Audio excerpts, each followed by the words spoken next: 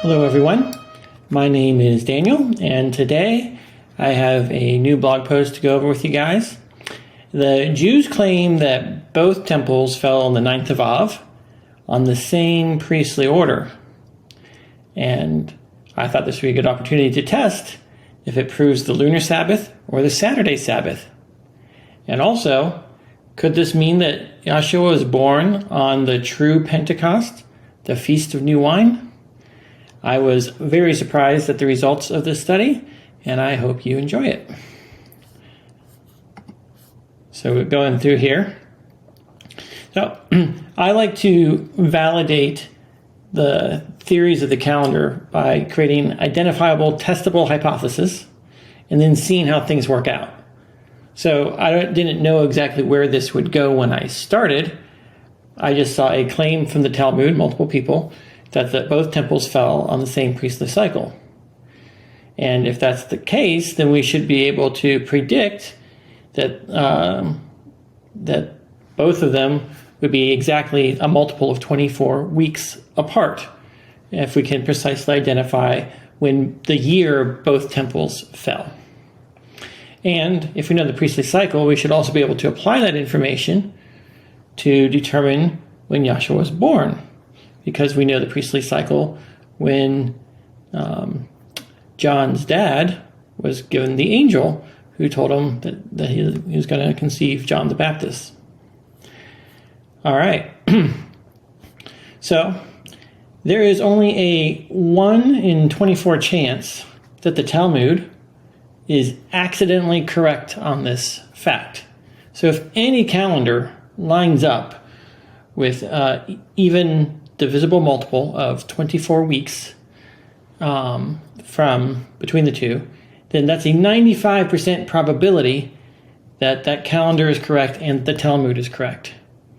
There's a 5% chance that both are wrong, and it's just a coincidence that it happened to line up and the Talmud was just making stuff up. 5% chance of that. Now, if it doesn't match anything at all, then that would mean nothing, because there's a 95% chance that randomly it wouldn't match. It just means the Talmud was incorrect.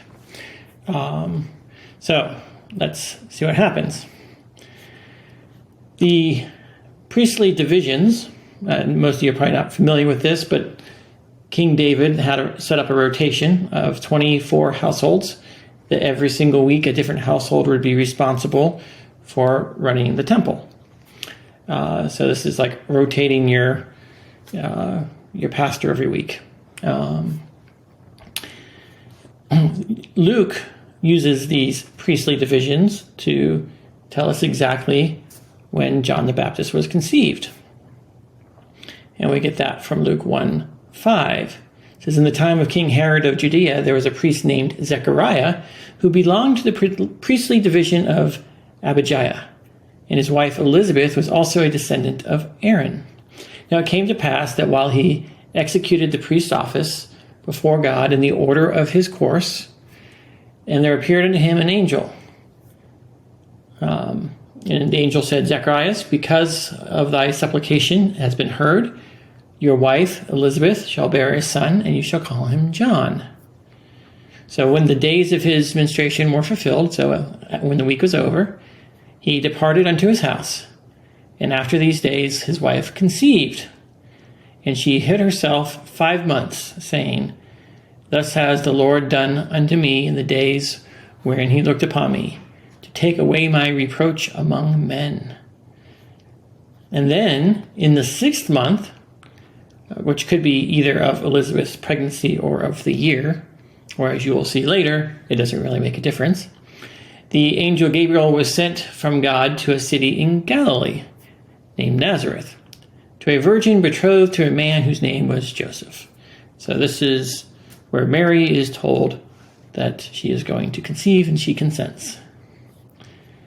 So there are 2 references in the Talmud that claim that Jehoiarib, I don't know if I'm pronouncing that correctly, was serving when both the first and second temple fell. And Josephus confirms that the destruction occurred on the same day and month, the 10th of Av. interestingly, I discovered that Josephus is descended through his father from the priestly order of Jehoiarib. So Josephus' family was in charge of the temple on the 9th of Av, if my understanding is correct. All right, so this is what Josephus says. The same month and day are now observed, as I said before, when the holy house was burnt, formerly by the Babylonians. Confirms it was the same day, the 9th of Av. And then we have, it is said that the day the first temple was destroyed was the 9th of Av, and it was at the going out of the Sabbath, therefore the first day, or Sunday. Basically, it was happening on Sunday. And the end of the sabbatical year. The priestly garb was of Jehoiarib, or Josephus' family. And the Levites were standing on their platform and singing this song. The same thing happened a second time. So the same happened both times. And then another spot in the Talmud, it says, good things come to pass on an auspicious day and bad things on an unlucky day. It is reported that on the day in which the first temple was destroyed was the eve of 9th of Av, and the year following the sabbatical year. And it was the family of Jehoiarib that were on duty. Same thing happened in the second temple. So multiple witnesses from the Talmud, plus Josephus, confirming these things. So in order to do this test, we need to determine when was the first temple destroyed, because we need to have those years independent of everything else to figure this out. And the Bible gives us some conflicting information on this. For those who claim it's completely perfect without any scribal errors, it's self-contradictory on this particular point. So we'll have to dig deeper and find additional evidence. So Jeremiah 52:5 says, the city was kept under siege until the 11th year of King Zedekiah. All right, so if we can figure out when the 11th year of Zedekiah was, then we would know which year the temple was destroyed. And then later Jeremiah says, this is the number of people whom Nebuchadnezzar carried away into captivity in the 7th year. So if we know the 7th year of Nebuchadnezzar, then the 8th year would be the first year of Zedekiah, because Nebuchadnezzar installed Zedekiah after he took the king and everyone else captives. So the first captives were the high priests and the former king. Zedekiah came in thereafter. And then we are told in the 5th month, on the 10th day of the month, which was the 19th year of Nebuchadnezzar, king of Babylon, he burned the house of the Lord. So this is the 19th year of Nebuchadnezzar. So that's another evidence there. And of course, 2 Kings 25:8 also claims it was the 19th year of Nebuchadnezzar.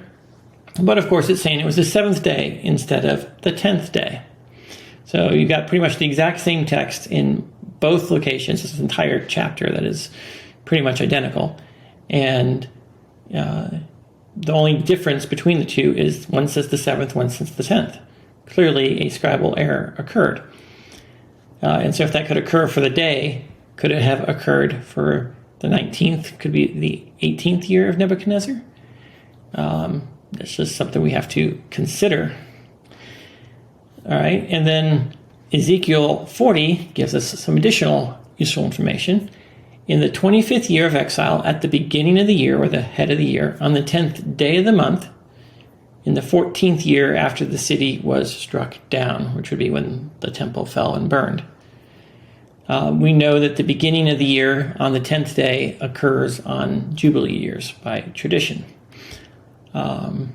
So if we know when the Jubilee cycle is, say from 1406 BC, and all the proofs we've done for that, we can identify this cycle and we can map everything out. And that's exactly what I've done up here. We've got the sacrifices taken away in the first captives in the 7th year of Nebuchadnezzar. I've got 11 years of Zedekiah. And then, of course, I've got the Ezekiel 40 17th Jubilee at 574. And if I go back 14 years, that's going to be the first year after the city fell in 586 BC. And of course, it lines up with 25 years of exile. So that gives us a double confirmation that 587 BC is the most likely year that the temple fell. Even though there's two verses in the Bible that say it was Nebuchadnezzar's 19th year, which would be 586 BC. But we don't have to decide one way or the other. We can put both years to the test and see if either year lines up with an even divisible 24 weeks of priestly cycles between 9th of Av and the 9th of Av. So, the hypothesis. Priestly divisions between the first and second temple destruction should be evenly divisible by 24 weeks. We know they rotated once per week, so all we have to do is count the number of weeks between the 2 years and then divide by 24. This is where we have an opportunity to also test the different calendar theories. Because according to the continuously weekly cycle theory, which is what most Jews and people follow, there are 52.17 weeks per solar year. And according to the lunar Sabbath theory, there are either 48 or 52 weeks per year, depending upon whether there is a 13th month, because there are exactly 4 weeks in every month on a lunar calendar. And of course, there is a 13th month, 8 out of every 19 years on average. So I used stellarium to calculate the Julian day of the 9th of Av according to the traditional first sliver start of month. So that's for both 587 and 586 BC, as well as 70 AD. And with this, I can determine the exact number of days between the dates. I can then divide by 7 to get the exact number of weeks between those two dates. Using the same method, I can also calculate the day of the week for the 9th of Av to test the testimony that the temple was destroyed on the first day of the week. Note that 9th of Av is always on the first day of the week on the lunar calendar. Now, of course, we've seen Scripture says it's actually on the 10th of Av, so I factor that in as well. So here's the results of the 2 years. The red means that there's a mismatch, and green means there is a match. According to the lunar calendar matches with 0.96, which rounds to 0. So it's the same cycle. And the reason why there's a rounding error there is because I was approximating the 13th month. And that could cause that little bit of rounding error. But it lined up perfectly. Whereas there's over 5 weeks difference if you just use the average of solar calendar years. And of course, if you use 586, then it doesn't work with either one. So if this statement from the Talmud is correct about it being the same priestly division, then we've proven 587 BC, and we've proven the lunar calendar with 95% certainty. But just for good measure, I did the Julian day counts, and between the two, I calculate Julian day over here. So this means that we don't have any shenanigans about calendars and months and everything else. We're looking at exactly the number of days between them. Calculate the divisions, and the weeks err from 0. And we can see that the continuous calendar is 23 or 6 weeks off, which is way off. All right. So now we can test the day of the week. The first temple was destroyed on either the 10th of Av or the 7th, according to Kings, and the second temple, according to Josephus, was destroyed on the 10th of the month. So I'm going to assume the 10th of Av is the true date and 2 Kings is the error. This has no impact on the cycle above because it's just year spans. As long as we're consistent, we will be right. Of course, here's the quote from the Talmud, which says it was the night after Shabbat. And there's several different ways that we can model this. Right? We've just proven that it was a lunar Sabbath, so let's model it on the lunar Sabbath. With the lunar Sabbath, we know the 8th day of the month is always the Sabbath. And of course, I subscribe to the sunrise or daybreak, start of day, which means that would be on the 8th. The night after the Shabbat was when it caught fire, and of course, it would have been destroyed on the 10th. And that's the timeline I have for that. If the same analysis, though, cannot work if you use the lunar Sabbath calendar with sunset starting the day. Because you'd have it on the 8th would be Shabbat, the night after would be the 9th, and of course it'd be destroyed on the 9th. Of course, they call it the 9th of Av that it was destroyed, but all the texts say it was destroyed on the 10th. The 9th was a compromise between the 7th and the 10th, because the Bible was disagreeing, and the Jews said both have to be true at the same time, and so they came up with a rationalization for the 9th. So, just for good measure, I'm going to show what happens on the Gregorian calendar as far as day of the week is concerned, even though we've already disproven it by the weekly gap. And you can see that it would have to occur on a Saturday for the Sabbath. So the 9th of the month would have to be a Saturday if you're starting with the traditional night. Or if you start with the day, then of course it would have to be on a 8th would have to be Saturday, and the 9th would be the Sunday and night after. And it, of course, does not work at all if you start at night and you have Sunday as the 9th. So with this, we know the only viable interpretation that works is the 10th with daylight start of day and the 9th falling on the Sunday. And these are the years that work. And you can see that for 70 AD, the 10th is on a Sunday with the sliver. So Sunday is one of the ones that works. So you have to start with a 0.6% visible sliver. That's a very marginal sliver, not guaranteed to be seen. Or the 9th with the Sunday with 3.3% visible. And of course, it does work with a full moon calendar. So if you're following the full moon and Saturday Sabbath, I don't know how many people do that particular combination, but it at least is theoretically compatible with 70 AD. All right. In any event, it is impossible for both the first and second temple to fall on the night after the Sabbath using a continuously weekly cycle, because there's not an exact even multiple of 7 between the 2 years. So that testimony that it occurred the same way both years and it was on the night after the Sabbath could only apply to 70 AD or only apply to the Babylonian fall, but it can't apply to both if you're using the continuously weekly cycle, which once again, according to this evidence, has already been disproven.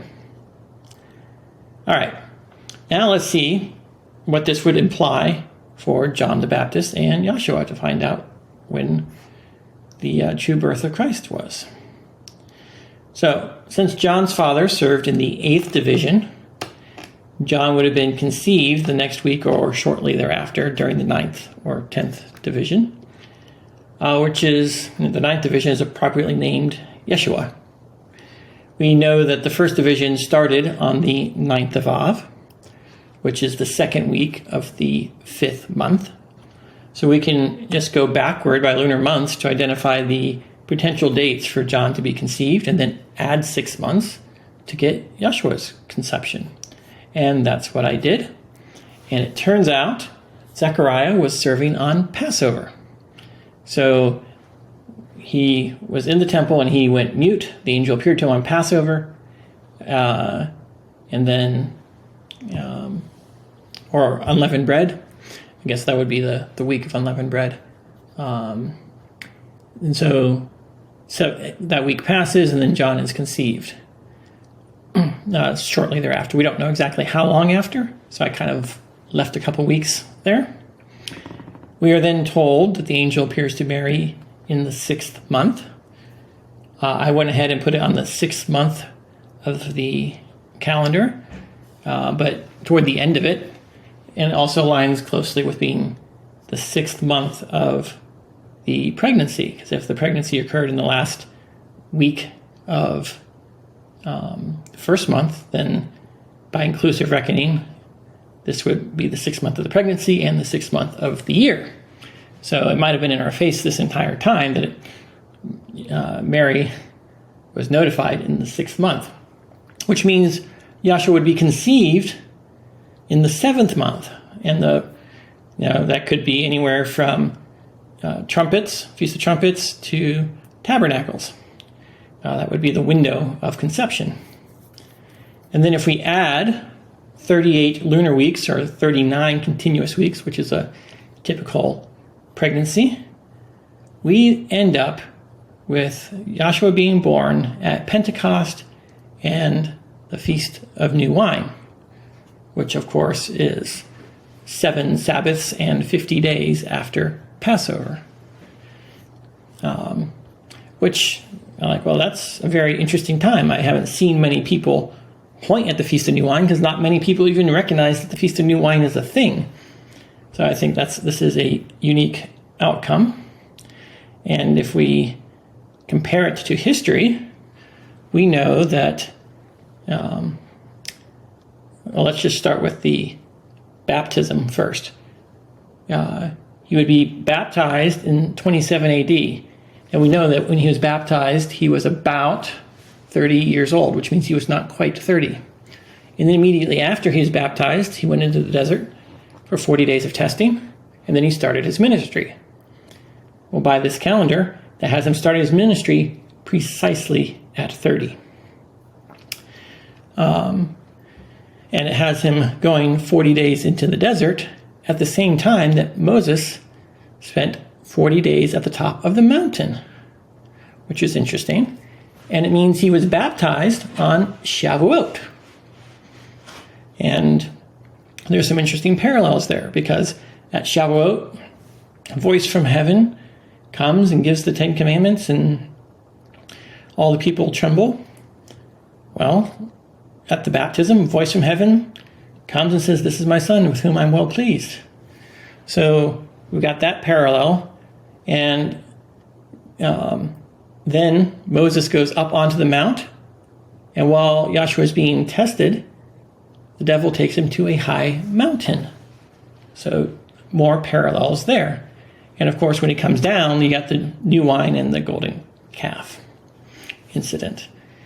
And we know the parallel here because after the golden calf incident, 3,000 people died, and after Pentecost, 3,000 people were saved. So all these coincidences work really, really well with what the priestly cycle is implying. So let's pretty much talk through all that. This also aligns perfectly with my translation of Daniel 9:26, which is a simultaneous multiple translation, as in you can interpret it this way and the traditional way, and both can be valid at the same time. So according to this, it says, "He shall confirm the covenant with the many for 73.5 years. Normally it says a week and in the midst of the week. But depending on where you put the parentheses in the sentence, you can also get a week times 1.5 weeks. And then at the end of that, he shall cause the sacrifice and oblation to cease because of overspreading abominations." Well, from Passover, when John the Baptist was conceived, until the 9th of Av is exactly 73.5 years. Before, it was close, approximate with my previous theory, because my previous theory was Yeshua was born on tabernacles, because John says he came and tabernacled amongst us. But the priestly cycle suggests this other date. And of course, this other date lines up with what Daniel says. So the testimony from the Talmud regarding the priestly order being the same when both temples were destroyed is compatible with the lunar Sabbath and sunrise start of day, and disproves the continuous weekly cycle with 95% certainty. Furthermore, we have a significant support of 587 BC being the destruction of the first temple, which in turn supports all the rest of the prophecies on my timeline pointing to 2024. Furthermore, we have new evidence that the birth of Christ and is at the Feast of New Wine, and of course gives more evidence to my interpretation of Daniel. And if all this is correct, then Yeshua's birthday is July 21st of this year. So if you view Christmas as celebrating his birthday, then perhaps it really is in July. But you might as well call it the Feast of New Wine and celebrate the biblical feast days instead of the pagan traditions we've all inherited. I hope you enjoyed this post and test everything. If you did enjoy it, please subscribe. And, of course, the reason I am doing all of this is because people need to know what the calendar is so they can understand prophecy and so that we can confirm as thoroughly as we can that 2024 at the end of Tabernacles is the fall of Babylon and likely the Rapture, which would be October 9th of this year. If you haven't seen my other videos on that, you need to check it out. This is just more evidence to pile on to support that understanding.